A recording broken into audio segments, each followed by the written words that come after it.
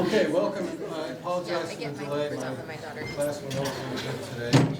But it's nice to see all of you here. I know you're going to enjoy our presentation tonight. So tonight we have Darren Bell, and he's going to be talking about health education in Ethiopia. And he's had some really interesting introduction to that I'm looking forward to hearing about too.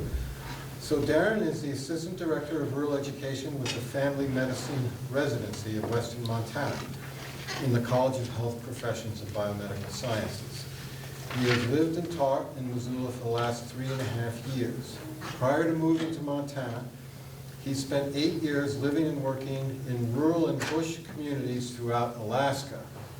In that capacity, he served as medical director for volunteer EMS service, a national park, a nursing home, and a maximum security prison. So, they all go together, don't they? And he has put together and participated in several overseas medical volunteer trips in Africa and Southeast Asia, including twice now in Ethiopia, which is what he's going to be talking about this evening. So please join me in welcoming Darren Bell to the lecture series. Thank you. Did that turn the mic on? Can you all hear me? Yes? No? How about now? Oh, there it is. All right, I got it. Okay. Well, thank you very much for coming. And I'm going to go through a little bit about my experiences in Ethiopia. Most recently was this last May and June of 2016, going on about almost a year ago now. We're going to talk about several different aspects, but just so you all are aware, the Family Medicine Residency of Western Montana is a department in the College of Health Professions here at the University of Montana. It's a postgraduate program, so it takes 10 medical students, or medical graduates, I guess, new doctors per year for a 3-year program to train them to become board certified in family medicine. It was started up about 3.5 years ago. It started at the same time that I moved down here. I moved down here in part for the job to do that. But it's one of the programs in the College of Health Professions designed to help improve the health and the health of healthcare in communities in the surrounding area in Montana. Ideally, we want to get a bunch of new family physicians to work in communities in this area of the state. You'll see up here that this says Darren Bell and Justin Perry. Justin Perry was a resident who went with me on this trip last year, and he was going to be here to help co-present this, but unfortunately had a family emergency, so you just get to hear me tonight. So, that being said, this is what we're going to kind of focus on, the most recent interprofessional trip, which I'll talk a little bit more about that. This is a kind of unique experience put together through the College of Health Professions as well as some other departments on campus related to healthcare in the May and June of 2016, and that's most of the group that went with us on this trip. But these are the issues that we're going to try and cover. A little bit of background about Ethiopia, because a lot of you may not be familiar with much about Ethiopia at all. If you're anything like me, when I was an undergraduate, I could hardly identify any other country, much less developing countries, or have any knowledge about their history, their system of government, that sort of thing. So we'll touch base a little bit on that. We'll talk a little bit about the state of healthcare in Ethiopia. Then I'm going to focus a little bit on the experiences that we had while there, and at the same time relate that back to differences in healthcare and healthcare education between Ethiopia and the United States. Depending on how much time we have, then I may get a little bit into family medicine in Ethiopia, because that's obviously my area of focus and interest, and some of the lessons we learned on our trip, and hopefully leave some time for questions at the end. Peter, this is supposed to be for an hour, is that correct? You got to 7:30 anyway. Okay. All right. Perfect. All right. So this is Ethiopia. This is the national flag of Ethiopia. Where is Ethiopia? Somebody said right there. That doesn't help. Anybody? Shout anything out. Eastern Africa. Eastern Africa. Okay, good. So most people can at least get Africa, which is good. Some people can get Eastern Africa, which is great. It is right here on the very eastern edge of Africa, in the Horn of Africa, which is this pointy part out here with Somalia and Eritrea right around it.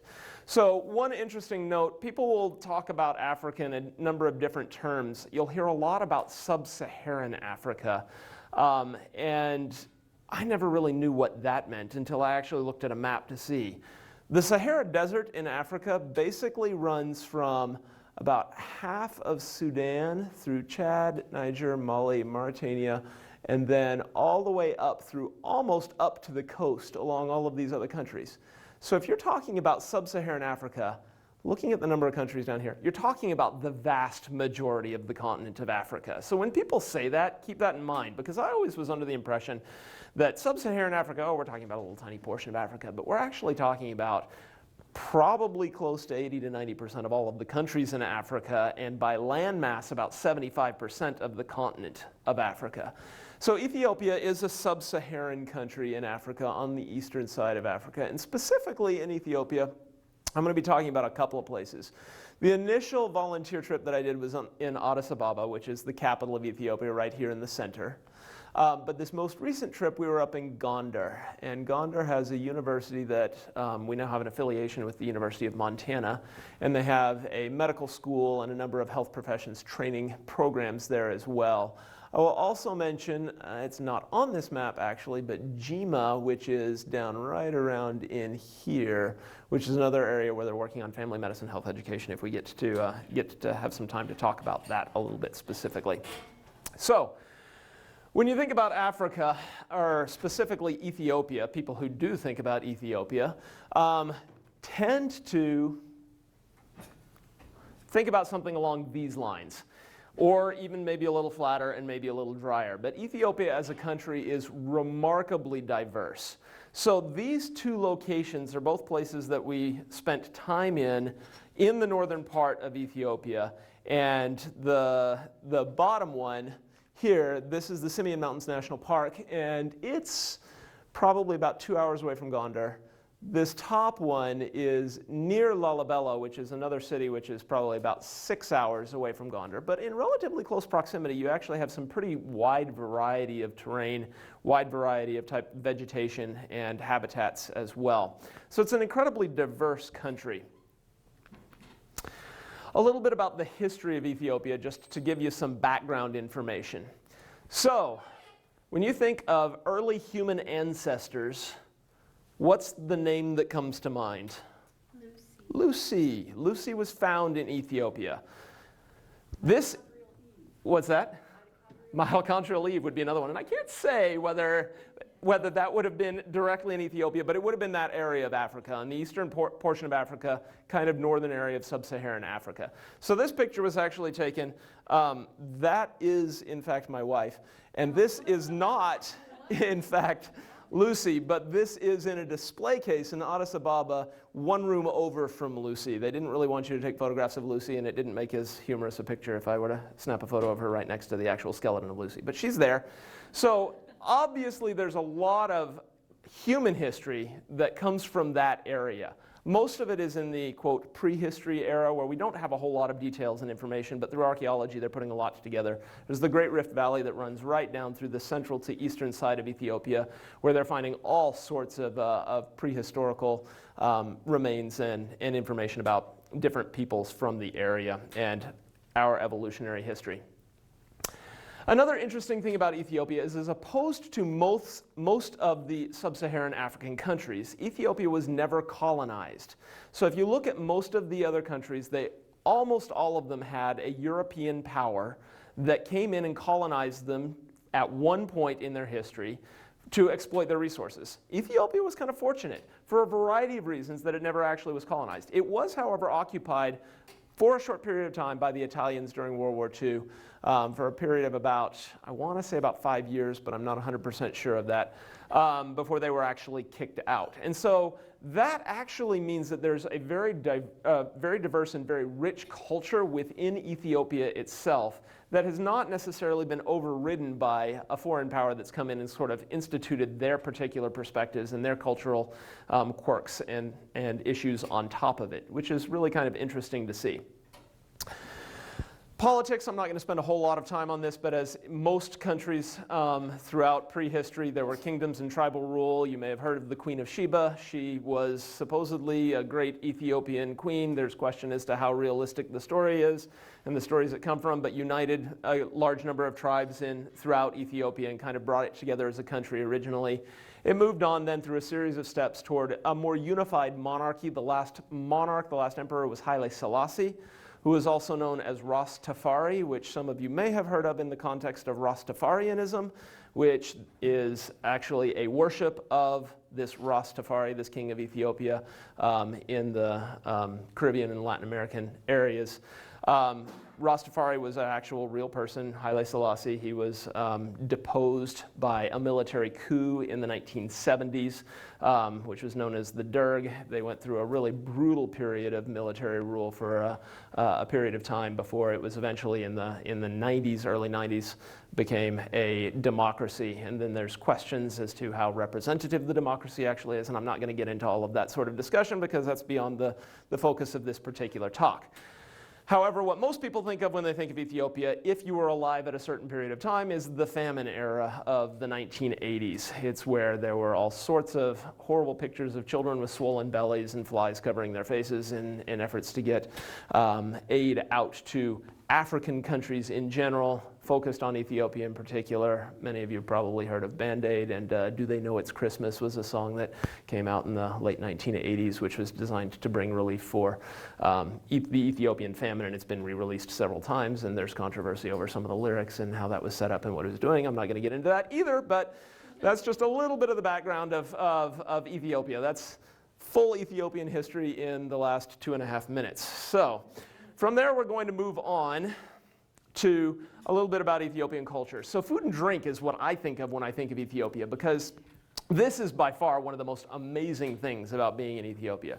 Ethiopian food is just unbelievable. They had a fairly robust trade that went through the country from a variety of areas, and so spices were often routed through the country, so they ended up with all sorts of just amazing things.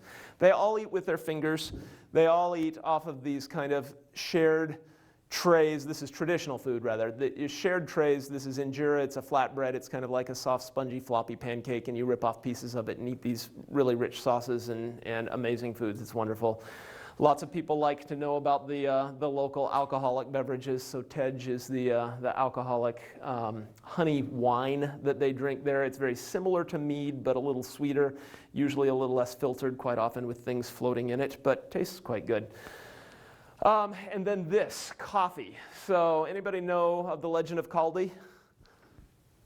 Nobody. Nobody's heard of Kaldi. Wow. Okay. So you'll find Kaldi coffee shops or Kaldi coffee roasters or Kaldi references all over. Look for it now when you're out and about away from Missoula. I haven't noticed any particularly in Missoula. But Kaldi was supposedly a goat herder who was out in the hills of Ethiopia with his goats. And he noticed that they were eating these red berries off of these small trees or large shrubs. And when they did, they started jumping and dancing around and seemed to be full of energy. And so he picked a handful of these berries and brought them to a monk at a local monastery and said, "Hey, my goats seem to get a lot of energy. What can we do with these?" And the monk tried tasting them and said, "These taste absolutely awful," and threw them into the fire. And when they landed in the fire, they started emitting a wonderful aroma, and so they raked the berries back out of the coals and then brewed it with water, and that's how we got coffee, theoretically. So there is reasonable evidence that coffee started in the area around Ethiopia. Whether it was actually in Ethiopia and whether there really was a goat herder named Kaldi is debatable, but that's the story, and you'll hear that all over the place in the country. That's where coffee originated, and then it got transported all over the rest of the world. Of note, one of the huge benefits about being in the country is because of the Italian occupation, they also have really, really good Italian-style coffee, because everywhere you go, people make coffee, and there are all sorts of coffee shops with all sorts of impressive ways to make coffee that I'd never heard of or never seen before, so it's really good. So if you're a fan of coffee, Ethiopia is not a bad place to visit for a while. A little bit more about culture. Ethiopian Orthodoxy is the state religion in Ethiopia. They claim it's the oldest continuous Christian religion. I don't know whether that's actually true, but it is a very old religion. Ceremonies or services are in many areas are still performed in Ge'ez, G-E''EZ, which is, there's fairly decent evidence to indicate that that is actually the oldest known human language still spoken in the world today, which is really kind of impressive to see. This is a picture of this is the Church of St. George in Lalibela, which is a UNESCO World Heritage Site. There are about 12 of these churches right here. This is a monolithic rock-hewn church. So you can see it looks like it's down in this pit. This is actually solid rock that they carved down and left this big block in here and carved it into the shape of a church. Nothing is constructed on here at all. It was carved, all hollowed out on the inside. Everything is hand carved, which was really impressive to have such a large grouping of these churches to go see. Dancing is the other thing, and I brought this up because Ethiopians are very fond of music and dance, and so this is kind of a unique little aspect of Ethiopian culture that I just wanted to show you here. This is just a short example of what the dance is like. And I don't have the music, unfortunately. There's apparently no sound here. But if you just watch this for a second, this sort of movement, this shoulder shaking that the guys are doing there and that they'll do periodically is very, very common in traditional Ethiopian dance. And it's impressive to watch these guys when they're really getting into it. It kind of looks like they're having seizures in front of you. It's also interesting, some of the musical instruments in the background. If you saw the stringed instrument that the guy was playing, it only had one string on it, and he's playing it with a bow and moving his fingers up and down to change the tone of the string with his bow, which is kind of cool. So it's another really fun aspect of Ethiopian culture. Some other cultural differences. Timing and their calendar is quite different. So they have a whole different calendar and a whole different clock system in Ethiopia. 0000 hours or midnight or 12 o'clock or however you want to say it starts at 6 a.m. So they start their clock with sunrise. So when you wake up, when the sun comes up, that's 0, and then it goes straight through, and what we would call noon would be 6 a.m., and then what we would call 6 p.m. would be 12, and then goes through the night that way. The other issue is their calendar. Their calendar is their Ethiopian New Year. It varies a little bit because it's based on religious and celebrations, which has something to do with the moon, and I don't pretend to understand all of the differences, but their New Year generally falls sometime in mid to late September, as opposed to ours in January. And they are about 7 years off of where we are in our calendar. And this makes it really, really difficult when you're looking at things like medical records. And they write the year, the month, the day, and the time completely differently from what you're expecting. And so having to translate that causes some interesting type of differences. They also have a very different perspective on timing and flexibility and the fluidity of things. So you'll have an appointment to do something at a certain time, and that may vary by a half an hour, 45 minutes, or even a day in some cases on either side, depending on the particular person and what it is that you're doing. So you have to learn to be really flexible along with that. This is a picture of a market, one of the markets that we went to, and it really, I thought, was kind of indicative of some of the reasons perhaps, because if you're going to a market and your livelihood, wow, this doesn't show up very well, but these are all grains that are being sold by this particular individual. But you can see there's another person sitting over here that's selling more grains over here. And if you were to look over here in this area, there's a giant cattle and donkey market, and then back here is the chicken market, then over here is the honey market. And there's just all sorts of stuff, and this is just regular shopping, regular day-to-day life. And so there's always a little bit of flexibility in terms of what you need to get, where you can get it, how you're going to get it, whether you're going to have significant income coming in, that sort of thing, which I think goes along with this whole cultural expectation of just, well, everything's a little bit flexible and a little bit more fluid. Perspectives on healthcare. This is an interesting thing that we came to understand while we were here. So I'm going to pull up the next slide just to show you the background here. So this is the national park, the backgrounds that I've got here from the Simien Mountains. If you look throughout here, this little white spot, this little white spot, this little white spot, these are all tin roofs for houses in a village. This was probably all one village right here down in this valley. You can see there's a little road going here. So to get to healthcare from this valley, you'd have to walk up to this road, and if you were to hit this road in particular, it would take you up along through here to another road that's over here that you can't see that runs along behind these mountains here and is about an 8-hour drive from the nearest healthcare facility. If you were to take the other route and walk up toward where we are, where this picture is being taken from, if you were to walk up this way, it would actually come out this way, and it's about a 5-hour walk to the nearest road, where it's a 2-hour drive to the nearest healthcare facility. So if you're living in an environment like this, or if you're living in a village that's out here, or a village that's out here, it can be extremely difficult to get to healthcare. And as opposed to the United States, where most of the population lives in fairly urban areas, and an increasing number, while there is an increasing number living in urban areas in Ethiopia, the vast majority of the population lives in areas similar to this. Maybe not quite this remote, but similar in terms of difficulty accessing healthcare. So there's an expectation that you're just not going to get it. Or if you do need healthcare, you'll go see your traditional healer first and see what they can do. And it's only if things get really bad that you'll make the trek to try and get into some other form of healthcare, if you can even afford to do so. So just a little bit of this kind of state of healthcare in Ethiopia and the state of Ethiopia in general. It ranks 174th out of 187 in the UN Human Development Index. The UN Human Development Index looks at a variety of factors, including socioeconomic data, education, healthcare availability, among other things, to kind of say how developed are these countries. And this is an index that's put together for developing countries. So it won't include countries like the United States or Scandinavia or Western Europe, that sort of thing. But of the 187 countries that they did survey, and I think this is from about 2013, Ethiopia was 174th. Now on the plus side, they have one of the fastest growing economies in sub-Saharan Africa, and so they are really making some efforts to improve this, and I don't have any updated data to say if they've moved much on that. As an example of healthcare issues, 10% of the births in the country are attended by a trained birth attendant. This is not talking about a doctor. This is not even necessarily talking about a midwife.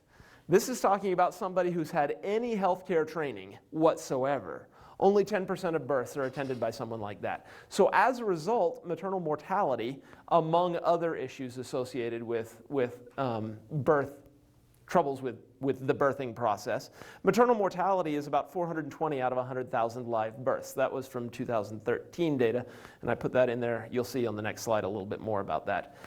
Rural hospitals are run by general practitioners, so if there is a physician at a rural hospital or a district hospital, it tends to be a general practitioner with no formal training beyond their medical school, and we'll talk a little bit about the medical training here in just a bit too.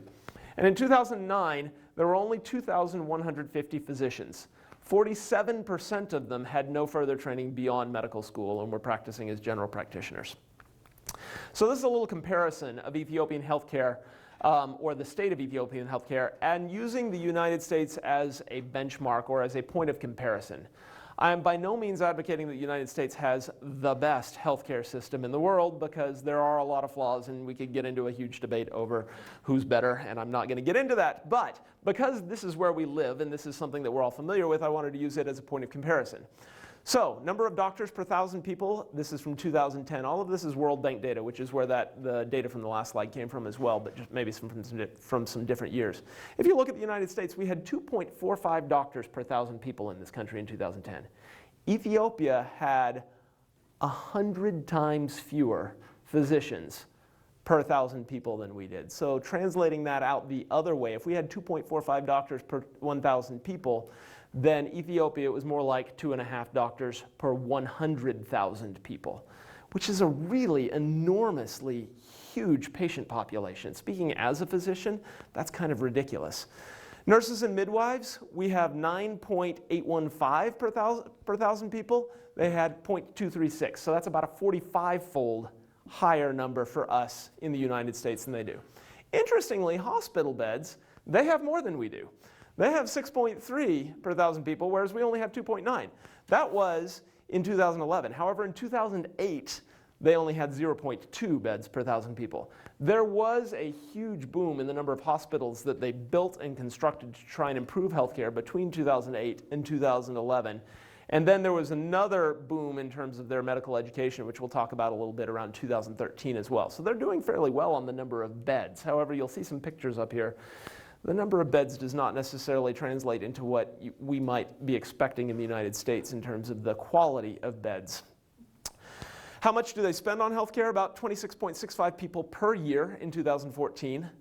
And whereas in the United States we spend about $9,402 per person per year. Translated into GDP, they spend about 4% or almost 5% of their GDP, whereas we spend about 17% of our GDP on healthcare per year. Maternal morbidity or maternal mortality per 100,000 live births. So this is in contrast to the prior slide. This is a 2015 update, 353 per 100,000 live births versus 14 in the United States. So compare that to this slide that I had before. It was 420. So you can see from 2013 to 2015, they actually have made some significant progress. I don't have more updated data, so I can't tell you what 2016 was like. But they've really been making a push to make some improvements, and you were starting to see that in some of the statistics and numbers coming out. This was kind of my classic ideal of indicative of issues associated with healthcare and the problems with healthcare in Ethiopia. So this was an ambulance, and this is at a regional health center that we went and toured. And you can see that this ambulance was donated by a number of international organizations, including the Ministry of Health, who helped to fund it as well. It's a motorcycle, so you've got just a regular old motorcycle body and engine here with a little cover over the front of it, and then an ambulance box on the back. But looking by the state of the tires and the weeds growing up around them and through them, it clearly has not been used in an extended period of time. So this is one of the things that we tended to see, is that there have been various points, great efforts made to help to try and improve the either quality of services or, more importantly, the quality of equipment that they have available. But oftentimes it doesn't really become all that useful, or it gets used for a short period of time and then does not continue to get used for a variety of reasons. And we'll touch base on that a little bit more here farther down the road too. So I wanted to just give you a little overview of what we did this last May and June, so you'd have a better idea of this experience before we get some more into some of our clinical experiences, our exposure to the healthcare system, and then the medical training portion of things. So we took an interprofessional trip with students, residents, and faculty from 4 departments from the university. It was family medicine, the residency program, myself and 1 resident. Physical therapy took 1 faculty member and 3 students. Pharmacy took 1 faculty member and 3 students. And psychology took 1 faculty member, but wasn't able to get any students together in time for the trip to go along with us. So we did a couple of things to try and enhance our experiences in the interprofessional nature of this trip. So we had, on a day-to-day basis, mostly discipline-specific experiences. So we were doing one thing with the family medicine, the pharmacists were doing something else, and the physical therapists were doing something else.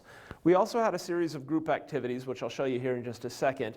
And then we had structured debriefings, and this actually worked out remarkably well. Twice a week, we would gather in the evenings with the whole group, and we'd talk about what we'd been doing, so that the resident who was there from family medicine and myself could learn all about what the pharmacy students and faculty were seeing and doing. And we could all learn about what the physical therapy students and faculty were seeing. And we could all find out a little bit about the psychology program there. It was actually a really great opportunity that allowed us to learn a lot more from each other than we necessarily would have been able to experience if we were just there on our own. It gave us a lot of different perspective that was really valuable in kind of putting together a picture of how things were run and what's going on in terms of healthcare in the country. This is one of the group experiences that we had. So you can see in this picture, this is me snapping a very similar photo as Justin, my resident, who was standing right here taking this picture. But this is a traditional healer. So a local pharmacist with the pharmacy school that they had arranged this particular trip took us out to meet with this traditional healer. This was his pharmacy. He had all sorts of plants growing on both sides of this fence. This is his house here. And you can see them growing all the way down this fence. And then on the inside, and then there's a wall inside with plants growing down that, all different kinds of plants. And he could go through and point out the plants and tell you what part of the plant was useful for what aspects of healthcare, how you used it, just all sorts of amazing things. I was particularly impressed by the anti-venom leaf. There are lots of things with poisons there. And so he pulled off this leaf and told us that you use this for poisonings, for venom.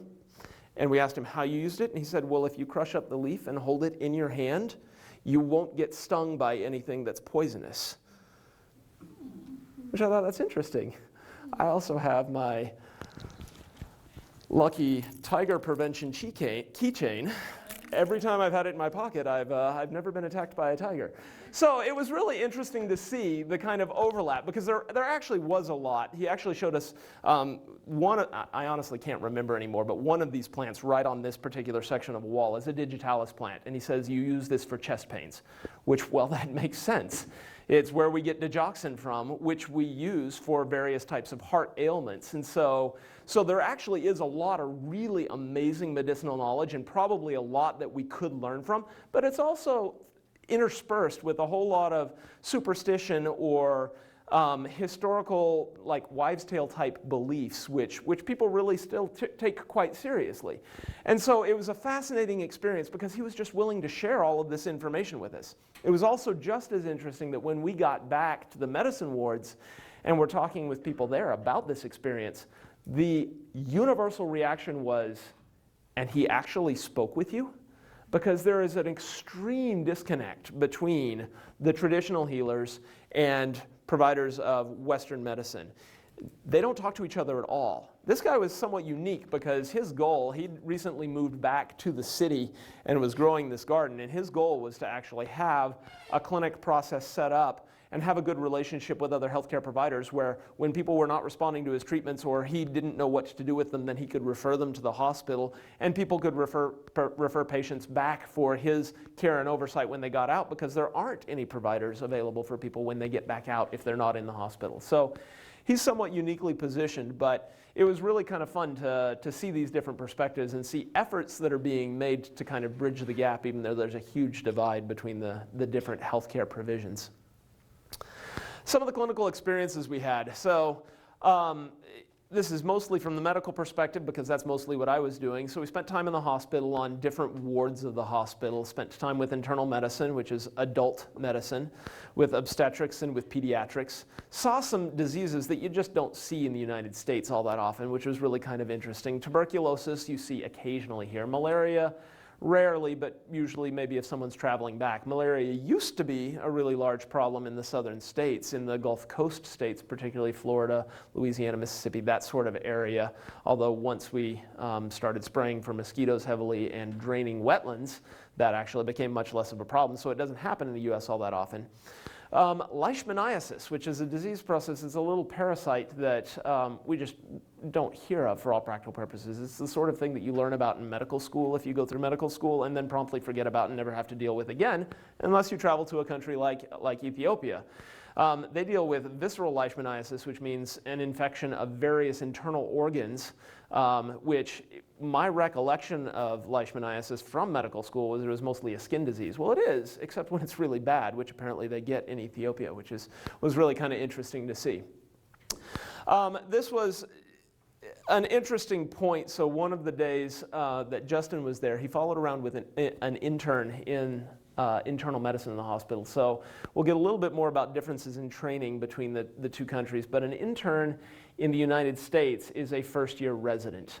The term intern is kind of historical, which I'm not going to get into now, but the first year of your residency program, wherever you're training, whatever specialty you're training in, you're generally considered an intern. In Ethiopia, it's the last year of your medical school before you've got your degree. It's also really interesting that because of a lack of resources, interns do all of the work in the hospital, up to and including drawing blood on their patients and running the blood down to the lab, then going back to the lab to get results and bring them back to the patient, or wheeling their patients across in a wheelchair across the campus of the hospital to get an x-ray or whatever they need done, which is a very different system than we have here. We have a much more integrated, different people have different roles, and those sorts of roles get taken care of by a variety of other people. We spent a lot of time going to medical conferences of different departments and talking with different departments, learning about issues that come up in different disciplines of medicine, but also talking with them about family medicine, which if we have time, like I said, I'll talk a little bit more about at the end. These are pictures of the campus. So this first one is the main entrance. The top one is the main entrance to the University of Gondar Hospital. You can see there's a large group of people huddled around the gate here. This was every time we went past or went through, there was always a large, they try and restrict the people who go through. I really don't understand the process of how they allow people in and out, because the campus grounds are also full of people wandering around. So I don't know exactly what the difference is between this group standing outside the gate versus the group that's inside the gate, but I'm sure there's some system to it. Interestingly, this bottom picture is the adult medicine wards of the hospital. So on the left here are the women's ward, and on the right here is the men's ward. So I didn't have a picture, I do have a picture of the pediatric wards inside here in just a minute, but the adult medicine wards, similar to the pediatric, I'll tell you a little bit more about how they look when we get inside there, because they're very different from what you expect in hospitals in the United States today. So the biggest thing that was most apparent to us while we were over there is the significant lack of resources, which is why I think they end up in situations with ambulances being donated to them, because everybody who goes sees that they only have one ultrasound machine that can do echocardiograms in the hospital, that can take ultrasounds of your heart. They have very little nursing support. In fact, in a ward that would have anywhere from 30 to 90 patients in this room, you might have a nurse, if that. The nurse might not be there all the time. And so all of the nursing responsibilities tend to fall to family members who come to the hospital with the patients, which of course brings up all sorts of questions in terms of the quality of care that they're receiving, as well as the sterility and the risk of transmitting diseases around and moving things around. Wards get extremely cramped. You'll see some pictures of that here in just a second. Poor electrical grid. This is really kind of interesting, because it was not uncommon for the power just to shut off. Just go out, and you had no capabilities to do anything. This is particularly problematic if you happen to have an ICU, and if you don't have good backup sources of power. So if you have people on monitors, the monitors will just shut off. I think that they had one ventilator, and I think they had a backup source of power for the ventilator, because I was never in the ICU when the power went out. I was in the room next to the ICU when the power went out, and I never actually thought about what was going on next door. But the monitors, I know, just shut off while they were there. So it makes things really interesting, and you have to work around problems as they come up.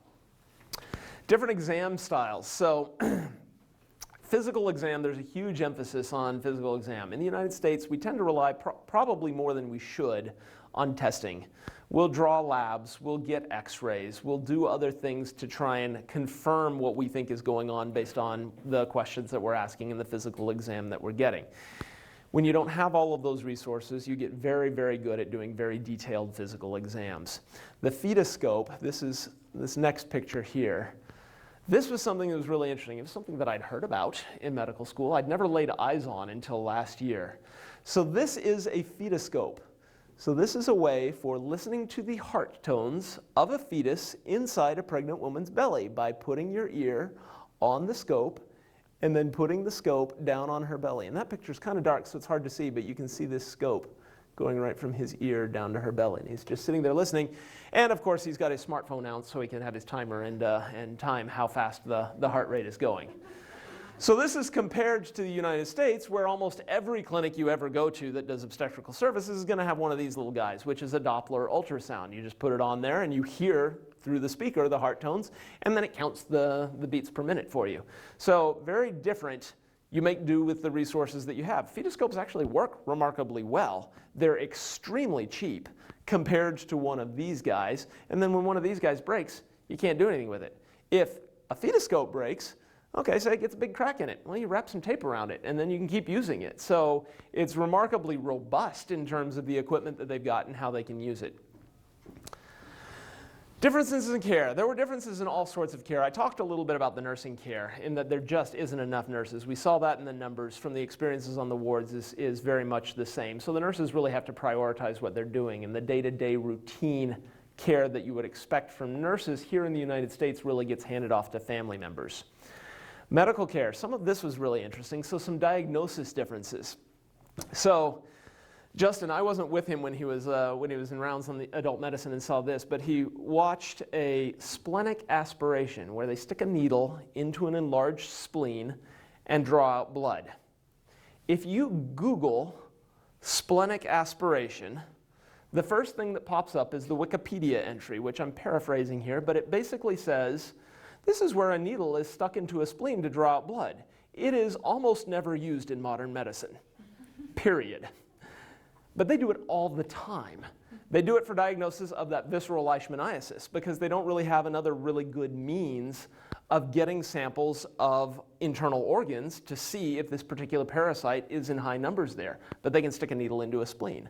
So it's really kind of interesting to see their differences and their adaptability of how they make this work. Treatment options. So in the United States, if you break your femur, if you say have a motorcycle incident or a fall off a horse or a horse falls on you and you break your thigh bone, you're going to get an operation. They're going to pin it out with a rod, and that may be internal or external, usually internal. They'll pin it out, they'll hold it in place, and then it'll heal up. You'll start up with physical therapy, and you'll be back on your feet in no time, relatively speaking. In the hospital that we were at in Ethiopia, if you broke your femur, you laid in bed in traction for 8 weeks while the femur healed up. This is for a variety of reasons. We used to do this in the United States. In the 1950s, that's what we did. But with improved surgical techniques and improved sterility, we don't have to do that anymore. In Ethiopia, they don't have the same equipment, they don't have the internal fixators, and they don't have the ability to keep things as sterile and as well, or I guess sterility, really, the cleanliness would be the big issue. So there's a really high risk for infections every time you put hardware inside of somebody. And if you get infected hardware, it's much, much worse than getting a general infection, and it's very, very hard to get rid of. And so they just don't do it in that particular case, which then produces all sorts of really interesting things when it comes to how do you deal with people from a therapy perspective afterward. Because what do you do with somebody who's been laying in bed for 8 weeks, not moving, with their leg hanging off the side of the bed with weights on it to get their femur bone straightened so that it heals back together? You've got a whole different set of issues that you have to deal with in terms of muscle atrophy, in terms of cardiovascular ability, capabilities, and that sort of thing to be able to rehab these people. In addition, there's a huge lack of physical therapists throughout the country. And so it becomes a real problem in terms of just people getting access to ongoing therapy and appropriate rehabilitation, which makes outcomes much more challenging and problematic for people. Pharmacy, again, the big issue is the resources. Very limited number of medications available. Medications that wouldn't necessarily be first-line medications in the United States because they're cheap, and so then you have to deal with the side effects and issues that may come up from those as well. Psychology. The biggest issue with psychology is not only lack of resources, but just the lack of existence of psychology in the country. It's a very, very small area of healthcare in the country. There's a huge stigma with psychology. There's still a stigma in the United States with psychiatric or psychologic problems. But in Ethiopia, people are basically shunned. If they have any sort of psychiatric issue, any psychological issue, then they basically get excluded from society, excluded from families. They are basically on their own, just wandering the streets, which was really evident our first trip when we were in Addis Ababa, which is a huge city, and you just see all sorts of people running up and down the streets shouting at things that weren't there with half of their clothes on, just as often the bottom half versus the top half, saw it any which way. It was really actually kind of sad to see because there's just no services available. And so psychology is a new and developing area, and there's really a lot of work to be done in this area. Here's another picture of the hospital. It's the physical therapy department. Just as reference, the adult wards were down the hill, just a little bit down here, and then this bottom area is the physical therapy. On the top of this building, actually, is an entire research section set up to for leishmaniasis at this particular hospital because it's such a big issue that they have to deal with. Just a few differences about medical care providers in the United States. So in Ethiopia, you do have doctors who are residency trained or fellowship trained, sort of specialists. In the United States, you have board certified specialists that are residency or fellowship trained. There aren't really a whole lot of cohesive boards that are certifying the quality of training in Ethiopia, but you do have some that are specialty trained. But like I pointed out earlier, that's only about half of the doctors in the country. The other half are general practitioners, people who've had their medical school and then just go out and start practicing. In the United States, that used to be the case. In the 1940s, 50s, there were a fair number of general practitioners, but that number has been getting lower and lower and lower, and there's no state in the country anymore that allows somebody to come directly out of medical school and hang up their shingle and start practicing. You have to have at a very least 1 year of residency training, an intern year, before you can hang up your shingle, but even that is becoming extremely rare to see people who are doing that anymore. They have health officers, which are very similar to our mid-levels. Nurse practitioners or physician assistants, depending on how you want to look at it. There's a lot of overlap. They haven't gone through medical school. They have a shorter period of health training, but they have a lot of skills and abilities and a lot of experience and can actually be very, very good healthcare providers. They also have health extension workers, which are local people that work at villages with a minimal of training that are mostly focused on public health issues. The closest thing I could liken those two in the United States are village health aides, which I worked with in Alaska. There are no village health aides anywhere other than native villages in Alaska, but they're people who have a minimum of 6 weeks of training and a cookbook to deal with certain medical problems. That's similar to what the health extension workers do, but I'll show you a picture here down the road of more of the health extension workers. That's another photo of the campus of the hospital. Medical training in the United States. Versus Ethiopia. In Ethiopia, they opened up 13 new medical schools in 2012. I said there was a second boom between 2012 and 2013. They really wanted to put an emphasis on training more doctors. This has been a bit controversial. There's question about the quality of education that's going in, but the Ministry of Health has made the point that they have a minimum set of standards that people have to get, and they're more interested in getting more doctors out there with some training, and then they'll worry about raising the quality after that, which is a valid perspective when the numbers are so grossly different from developed world and Ethiopia in terms of the number of actual providers available for the population. Compare that to the United States, where in Ethiopia they opened up 13 new schools and more than doubled their medical student capacity. I think they had about 8 prior to that. We have 180 plus now. It was 179 in 2015, and so I don't know how many new medical schools have opened up in the last couple of years. In Ethiopia, they go through high school and then 6 years of medical school directly out of high school, compared to here where we go through high school, then college, university for 4 years, and then medical school for 4 years beyond that. Although this high school medical school is actually a very common training system in other developed countries in the world as well. It's not that unique. Then they have to do national service after they graduate from medical school as a general practitioner, and that will generally be from 2 to 4 years depending on what area of specialty they go into.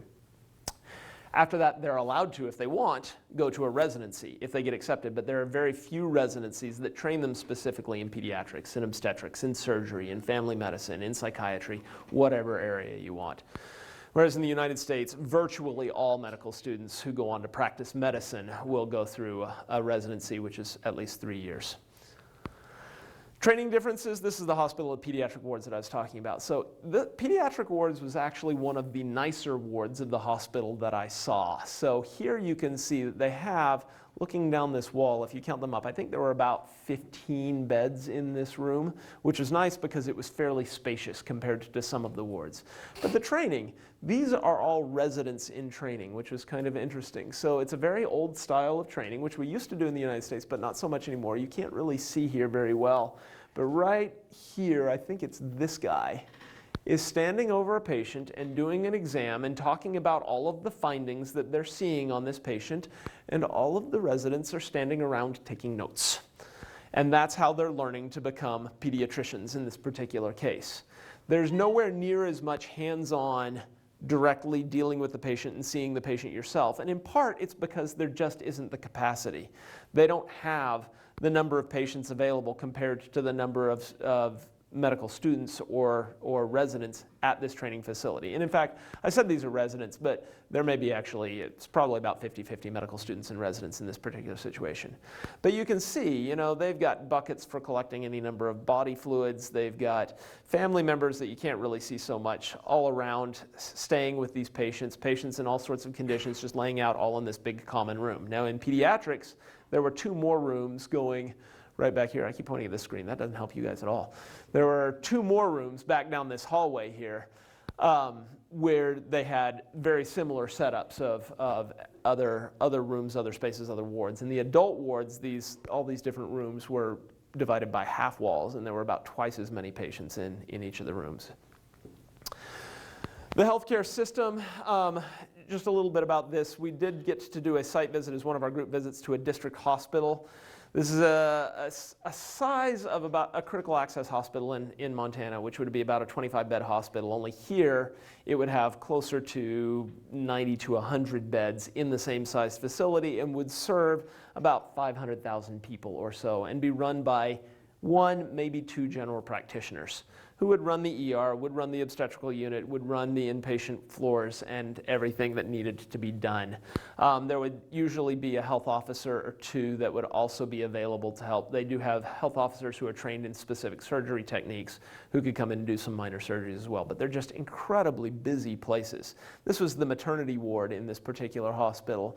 You can see you had two laboring patients lying in beds right beside each other. There were another one or two beds farther down in this room here, all with patients all going through labor together until they give birth and they get wheeled out, or they actually mostly get walked out, and then another patient gets right in and put on their bed. Very different setup than what we've got here. They've had recent overhauls in their nursing training and physical therapy training. Laboratory sciences, actually in the early 2000s, came into being as a training program in and of itself. Prior to that, they didn't have any formalized training whatsoever. They've started adding new medical specialties, and this is where family medicine comes in. It's a new medical specialty. And we're running out of time here, so I'm not going to spend a whole lot of time talking about family medicine specifically in Ethiopia. I'll just run through this. This is the local health post that we went and visited. So this is run by 2 health extension workers. You can see this is how they keep track of public health issues. They have charts for who's getting immunized. They had on one wall, which you don't have on this picture, I think it was right over here, they had a map of the village where they had all of the little huts from the village. And a village can take up an area of like 20 square miles. They're pretty big and interspersed, a lot of space in between the huts. They had each hut marked, and they had marked if there were any children, if there were any pregnant mothers in it, who had received immunizations. Did they need to try and get immunizations out to other people? So they're keeping track of all sorts of data just on poster boards on their wall. There's no one coordinating this care whatsoever other than these health extension workers who are periodically sending information up the chain, and then it takes a while for them to get information back down. Also, I thought it was really interesting right down here, they had a pitcher and several cups with gauze over the top of them. This was their rehydration station, their oral rehydration station, because one of the biggest things that they had to deal with was pediatric dehydration from diarrheal illnesses. And so they had clean water that they had boiled and had set out and then put gauze over it so that the flies weren't landing in it and bringing new problems into the water system, and then some oral rehydration salts that they could mix up and give to parents. They also had a small pharmacy off to the side here, which had some antibiotics primarily for treating pneumonias. So family medicine is going to fill gaps, help solve a number of the care gaps and the quality of the care in the rural areas where there aren't a whole lot of providers. They have started one residency training program in Addis Ababa, which graduated its first class last year in February. Gondar was the second program to be set up. They'd had some difficulties getting started. There is a third program getting set up in Jima. These are the 5 principles per the Ethiopian Ministry of Health for family medicine. This was actually partially written and edited by a friend and colleague of mine that I did my residency training with in Alaska, or he graduated a year before I started my program there. He and his wife worked on this. And the idea is to get further training and education for the GPs to help run the district hospitals and put an emphasis on public health and maternal health outcomes. So this is the last real picture that I wanted to show you. This is a regional health office, so a regional health center. So you have the referral hospital where we're at, the district hospital where I showed you the maternity ward, the local health post, and this is in between the local health post and the district hospital as a regional health center. This was run by 2 health officers and 5 nurse midwives, and they delivered, I want to say, around 2,000 deliveries a year at this particular regional health center, and it was 3 buildings essentially. They had a live-in dormitory for the pregnant moms as they got close to their delivery time. I'm just going to kind of skip through this, the effects and benefits of having high quality family medicine, obstacles. Nobody knows what family medicine is, so that's part of what we were trying to help. So a couple of lessons learned. One, don't squat on the toilets. They have these signs posted because most of the Ethiopian toilets are just holes in the ground where you do squat. So it was kind of interesting to see that when you did have Western style toilets, places felt it necessary to put up signs saying, this is the way you use them. Different ways that we can help. The biggest thing here is we really need to pay attention. This was another example, kind of like that ambulance that we saw, where a well-meaning group gave an incubator to that regional health post. The regional health post didn't have the power supply to keep the infant incubator running, so it had been sitting in a corner ever since they got it. They had never actually used it because they didn't have the electrical grid to actually get it running. So that's things that you kind of have to think about. There's a lot of ingenuity in these areas with resource poor environments. These were chairs that were being designed by graduates of a school for the deaf.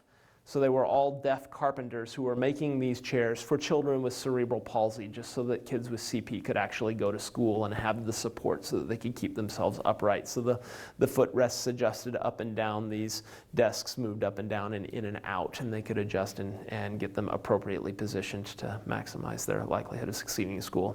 That was from the deaf school that we went to. Limited faculty, yeah, we can help with that. So moving forward, we need to continue working on our collaboration to really try and help. The most important thing is we need to continue to listen to what their needs are, and in our ongoing efforts, we do have a recurrent trip going this year. John and Narissa, who are sitting in the back of the room there on the other side, will be taking another group of residents out to Gondar again this year. We were unfortunately unable to get it together as an interprofessional trip because of some political issues that were going on early in the year that seem to have cleared up some, but we'd like to continue to further this process as we get on the road. That's all I had to say. We're out of time. I apologize for going so long, but I wanted to kind of get all that through. Are there any questions that anybody has? Healthcare, Ethiopia in general? Yeah. End of life care. End of life care. Yeah. There's very little. And this is actually getting back to the expectations of healthcare and the cultural expectations for the most part. This is actually one of the questions we asked when we were out looking at the villages. We had a guide who was showing us around the national park there, and we asked him specifically about it. And he said, no, typically what happens is you've kind of got a sweet spot where you think you're getting sick enough that you really need to make the trek to go into the hospital if you can make it or can afford it. If you cannot, the expectation is you're just going to stay there, and you're going to spend the rest of your life or your death in whatever form or fashion it takes without much of anything other than your family to care for you. So there's very, very little palliative care, end-of-life care availability. Even in bigger cities, it's not very common to have. I didn't hear of any sort of palliative care services or end-of-life services.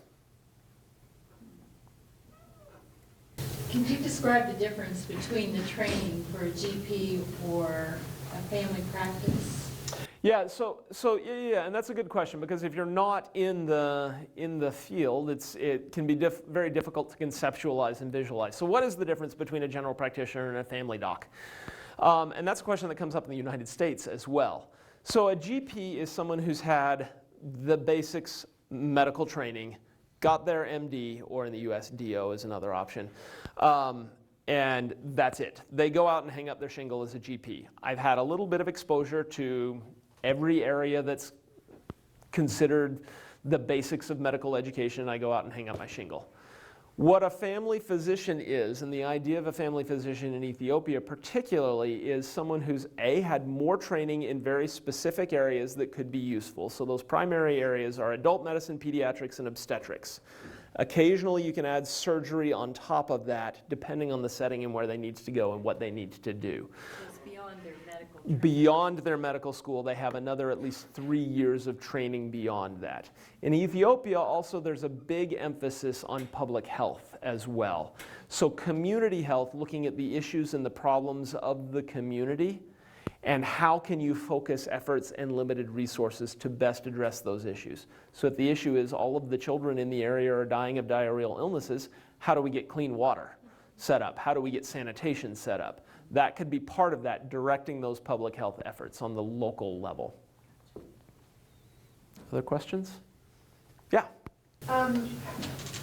Is it normal that when you're born in one of those rural villages that you stay there your whole life, or is there a transition and is the family unit very tight? It's only been within the last few decades that things have started to shift. Yes, traditionally that was the case. If you were born in a rural, remote village, you had your family farming plot, and that's what you worked growing up, and that's where you stayed. And if you got married, you got some land from the two families that went into your new family, and it was right in the local area, and you worked your little plot, and that's where you stayed for your entire life. Within the last several decades, it's really started to shift, particularly with a huge push toward education for children. And so lots of kids, the majority of kids now have the ability to get to schools. There are some problems in terms of distances to schools and the cost of schools, because it's not all 100% free in all cases. But more and more kids are getting shipped off to schools. So for example, our guide that we used in that national park, he pointed out our village, which was an 8-hour walk, or he pointed out his village, which is an 8-hour walk from the road, which was another hour drive from his school. But when he was a kid, his family got the funds together for him to go to school, and so he went and he just stayed there. And he would stay there for several weeks at a time and then go home for a period and help the family around the farm for a few days and then go back and stay at school for an extended period of time. And that was really through the efforts of his older brother that had gotten out and had a job and was really trying to support him while he was out there. And so there's more and more of a shift to that. Once kids are getting out of those settings and getting education, one of the issues that we heard from older people is that they're not returning. And so there is much more of a shift of moving toward developed areas and getting out where they're not experiencing the hardships of life, just living off of the land in these really small, very under-resourced areas. Yeah? My question is on emergency care services over in Ethiopia, and if there's like a disconnect between how we view like advanced cardiac life support or even BLS and how they do it, because I know our BLS is changing all the time. I just don't know where they are. Yeah, so the question was about advanced cardiac life support or basic life support in the setting of emergency care services in Ethiopia, as recommendations change all the time in the United States and other developed countries. And that's a really interesting question. I don't know exactly how to answer that question. So my first trip volunteering in Ethiopia, I spent several weeks working in an emergency room in what was considered one of the nicer hospitals in Addis Ababa. During that time, I gave some lectures on advanced cardiac life support, which they had had exposure to, but it was very, very outdated information. And so I don't know what the training is in medical school, and I don't know how current it is compared to at least our current recommendations, which through the American Heart Association's recommendations, that those similar standards tend to get adopted throughout the developed world very, very quickly. So it's out of date. I don't think that they have a whole lot of updating, because when I gave them a lecture, it was very apparent that many of them had not had any sort of experience or exposure to this. I have, in another lecture that I've given on Ethiopia, I have a picture of some of the cardiac equipment. They have EKG machines, which are, they're suction cup electrodes to the chest, which is really kind of cool to see. But when I was at that hospital on my first trip over there, they had an AED, an automatic external defibrillator, those things that you see in airports that have you put pads on people and then you follow the instructions if they collapse in an airport or bus station or wherever it is. They had one sitting in a box in a closet that nobody knew what it was or what to do with it. And so that was part of my training that I gave to them, was bringing that out and showing them how to use it and getting it set up so that it could be used, because they had very limited resources. So I would say it is not the standard that we would expect here in the United States, but there is some training, and there are efforts when they're able to improve that knowledge and that experience base. Yeah? I have a question about reverse learning or reverse innovation, which is a subject that came up in my class today. So, what have you gained from your those 2 trips to Ethiopia that you feel you could use here? That's number one in a more general sense. And then a very more specific question is, you talked a little bit about psychology, and one of the issues that one of the students in my class is working on has to do with mental health care and how we might be able to draw some lessons from the way in which mental health illness is treated in other parts of the world.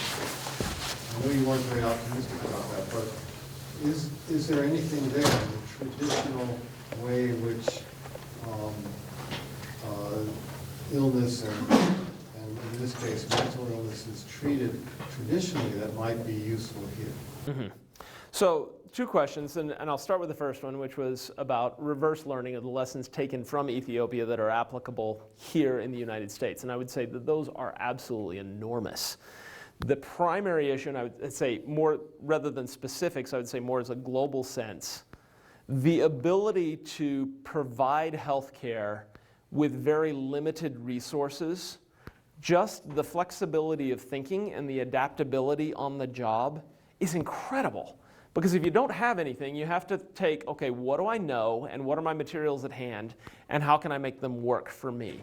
I've been in numerous situations in the United States where it hasn't been to that degree, but that exact sort of thing has come up. And it's a matter of, okay, you got to have the flexibility to say what is available because I don't have exactly what I want or what I need, and how can I work around it? Whereas if you spend your entire career and your entire life working in an area where everything you need is at your fingertips, it's very easy to get into the habit of saying, oh, I don't know exactly what's going on, so let's order another test. Well, let's go see what this says. And, well, I think I may want to do this, and here's exactly what I need. Let's use it, and we'll just do it and give it a try and see. If you don't have all those things available, you have to think, okay, I don't know exactly what's going on, but I think it's most likely this. What can I do to support my diagnosis with what I've got available to me? And if that's what's going on, how do I use these limited resources that I have to make do with what I've got? So that sort of situation comes up all the time in a general sense. Now, I can't say that I've taken anything that I said, ooh, they use fetoscopes in Ethiopia. My Doppler broke. I'm going to go fashion a fetoscope out of something. And listen, I don't have any direct examples along those lines. It's more the general idea of making use of the information and the materials that you've got around you. The second question was about psychology and use of cultural perceptions and ideas about mental illness and how that might be beneficial. And I didn't mean to sound really pessimistic about the future of psychology in Ethiopia. I'm very pessimistic about the current situation of psychology in Ethiopia, but they are making huge moves to try and improve psychological and psychiatric care in Ethiopia. And so I'm actually very positive about how things are going to move in the future. They've just got to continue to make efforts and working in that direction. But that being said, Ethiopia specifically, I can't say a whole lot about how their traditional experiences and ideas of psychological and psychiatric illnesses might be particularly beneficial, because my experiences, both just seeing it on the streets but also working with, we went and spent a day with a community-based rehab program out of the university that we were at. And their specific task was to work with children with mental illness or cerebral palsy. And they were setting up a whole second kind of co-health worker system that would address these issues and work on integration of those children into society. And their experiences and the stories and the things that we saw with the families and the villages that we went to is there's just nothing right now. It's not so much that they view mental illness as something in some different light or in some different perspective as something else that could be utilized. Mostly people who have severe mental illnesses get ostracized at this point in time. I think one of the things in Africa in general, and it may not be the severe mental illness cases, but I think that there's a tradition of family care rather than institutionalized. There may be some things that we could learn there. Absolutely. And in that respect, yes. So the idea of family care and the families providing much of the care and supporting people, I think, Yes, there is a lot of that, and I think that there are some huge advantages to that. The challenge is when the family is having difficulty supporting themselves, to have an individual that's extremely challenged in other respects can make life that much harder. And so that's where it's a difficult balance to say how things should be utilized and should go, because I think there needs to be an emphasis on support of the family. And so that's what this community rehab program was actually working on, was providing resources. And they were doing things like developing, showing families how they could develop exercise equipment for children with cerebral palsy so that they could learn to walk, and how they could work with kids to get them to be able to communicate with the family so that they were less of a burden as the family was providing care for them, and trying to keep it all in the home. And in that respect, yeah, I think there are some potential local solutions which would be fantastic along those lines, that would be very different routes than the traditional institutionalized mental health care that we've had in the United States. So yeah, I would agree with you in that respect, that there are definitely possibilities. It's just got a long way to go still to get it to a point where people are getting adequate care, which is where I think the concern is right now. So on your first point, I think it's really beautifully described in Abraham Verghese's book. I have. Yeah. Yeah, Cutting for Stone is a fantastic book. If nobody's read it, yeah, I would highly recommend it. It's a novel, but it's Cutting for Stone. Yeah, all about a young doctor in Ethiopia. Well, I think that we need to give Darren a break here. He's really done a terrific job, and it's been a great trip through Ethiopia. And I have to say, the one slide that I really wish you hadn't shown was the slide of the Injera and the Wat, because I just die for that all the time. It is so wonderful that I couldn't look at that, especially since I haven't had dinner yet tonight. We tried making Ethiopian food last week. It's not even close to what we got while we were there. But anyway, why don't you join me in thanking Darren, and if you have any other questions,